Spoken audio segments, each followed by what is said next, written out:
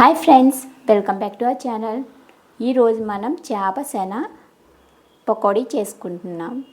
ముందుగా మనం ఒక బౌల్ తీసుకుని దీంట్లో 1/2 టీ స్పూన్ పసుపు, టేస్ట్కి సరిపడా సాల్ట్, 2 టేబుల్ స్పూన్ కారం,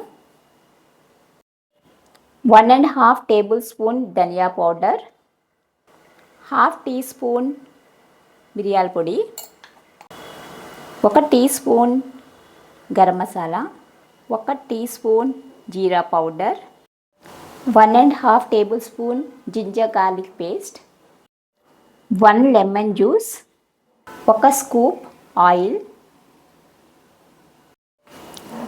దీన్ని బాగా మిక్స్ చేసుకుందాం.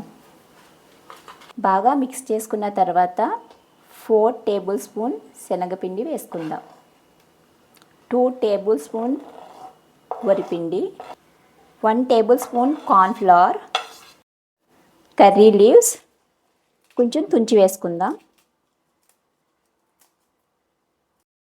ఇప్పుడు మళ్ళీ వీటిని అన్నిటిని బాగా మిక్స్ చేసుకుందాం.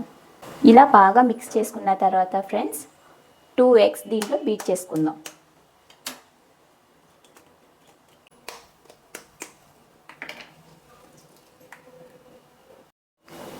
ఇప్పుడు దీన్ని కూడా బాగా బీట్ చేసుకుని ఎగ్ని బాగా మిక్స్ చేసుకుందాం. ఇలా బాగా మిక్స్ చేసుకున్నాక ఫ్రెండ్స్ దీంట్లో మనం ఫిష్ ఎగ్స్ వేసుకుందాం. ఇప్పుడు దీన్ని కూడా బాగా మిక్స్ చేసుకుని కనీసం 10 మినిట్స్ వరకు మ్యారినేట్ చేసుకుందాం.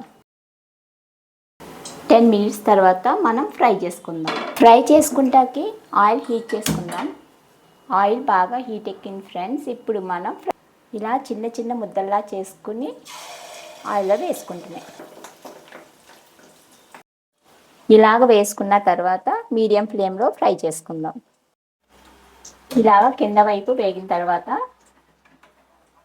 ఫ్లిప్ చేసుకుందాం. ఇలా టోటల్గా వేగిపోయిన తర్వాత ఒక ప్లేట్లో తీసి పెట్టుకుందాం. చూడండి ఫ్రెండ్స్, అన్నీ వేగిపోయాయి. ఇప్పుడు వీటిని డిష్ అవుట్ చేసుకుందాం.